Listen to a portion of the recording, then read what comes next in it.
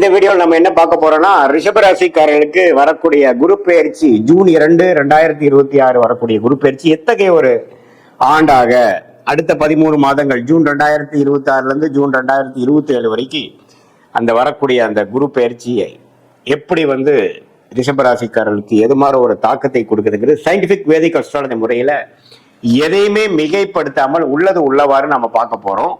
இப்ப பாருங்க, ரிஷபராசிக்கு 2ஆம் இடத்துல இருக்கக்கூடிய குரு 3ஆம் இடத்துக்கு மாறி 7ஆம் இடம் என்று சொல்லப்படுகிற திருமணஸ்தானம், பங்குதார ஸ்தானம், நண்பர்கள் ஸ்தானத்தை பார்க்கிறார். அதே சமயத்துல 9ஆம் ஸ்தானத்தையும் பார்க்கிறார், பாக்கியஸ்தானத்தை பார்க்கிறார், தந்தையார் ஸ்தானத்தை பார்க்கிறார். அதே மாதிரி 11ஆம் பாவம் என்று சொல்லப்படுகிற லாபம் பூர்த்தியை குறிகாட்டக்கூடிய அந்த 11ஆம் பாவத்தையும் பார்க்கிறார்.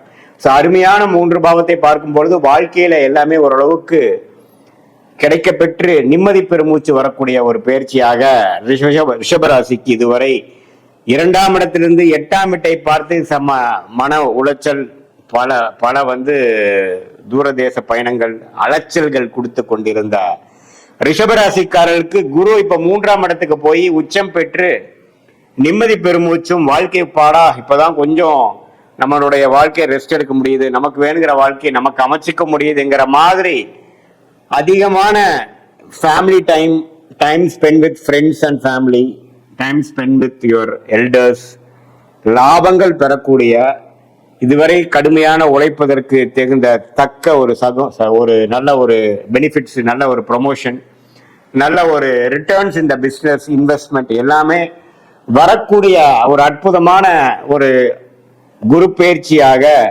ரிஷபராசிக்கு வரார். என்ன குரு 3க்கு போயிட்டான் அப்படிங்கிறதுலாம் சில பேர் தவறா சொல்லுவாங்க. பட் 3க்கு போய் என்ன பண்றாருன்னு பார்த்தா உச்சம் அடைந்து அவருடைய நேர் பார்வையாக 9ஆம் இடத்தை பார்ப்பது அருமை.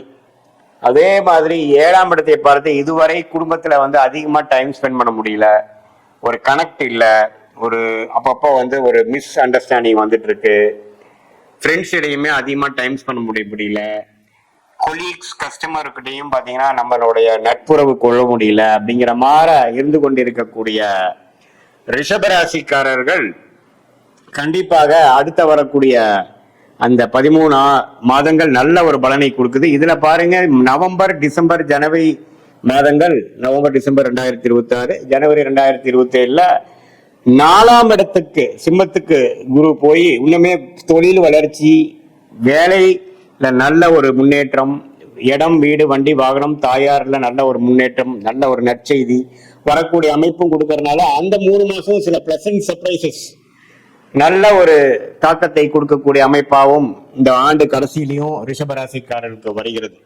எப்படி பார்க்கனாலும் சனி 11ஆம் இடத்திலே நீடித்திருக்கிறார். சனி குருவின் பார்வை பெறுவது ரொம்ப நல்லது. எப்பவுமே சனியும் குருவும் ஒண்ணுக்கு ஒண்ணு பார்த்துக்கிறது ரொம்ப நல்லது. அதுல குரு சனியை பார்க்கறது நம்ம நல்லது. சனி குருவை பார்க்கறது காட்டிலும் குரு சனியை பார்ப்பது உச்ச குருவாக இருந்து பார்ப்பது நல்லது. அதே சமயத்துல உச்சன் அடையறதுனால குருவோட வீட்டில் இருக்கக்கூடிய கிரகங்கள் நல்ல பலன்களை கொடுக்கும். அதே சமயத்துல இதுவரை ஒரு உறவுகள்ல ஒரு மாதிரியான இருந்தது, படிப்பு விஷயத்துல கொஞ்சம் சுமாரான அமைப்பு, குழந்தைகள் இருந்தாங்க, மாணவர்கள் இருந்தாங்க, இடம் நல்ல இடம் அமைய மாட்டேங்குது, வீட்டுல ஒரு திருப்தியான வீடு நம்ம மாத்திக்க முடியல, வண்டி பழைய வண்டியை கொடுத்து புது வண்டி வாங்க முடியல அப்படிங்கிற மாதிரி எண்ணங்களும் அது மாதிரி ஒரு வாழ்க்கை பலன்களும் போய்கொண்டிருந்த ரிஷபராசிக்காரர்களுக்கு இப்போ நல்ல ஒரு மாற்றத்தை கொடுக்கும். ஏன்னா இப்ப பாருங்க, 8ஆம் இடத்துக்கு குரு சம்மந்தப்பட்டு நிறைய மன உளைச்சல், சில விஷயங்கள்லாம் கிணத்துல போட்ட கல்லு மாதிரியே இருந்து மன உளைச்சல்களையும் நம்பவே ஒரு முன்னேற்றம் இல்லாத ஒரு அமைப்பாகவும் கடந்த 6-7 மாசமாக ரிஷபராசிக்காரர்களுக்கு கொடுத்துட்டு இருந்தது ஜூன் 2026 இருந்து கொஞ்சம் எல்லாமே கொஞ்சம் வேகமா மாறுதுங்க.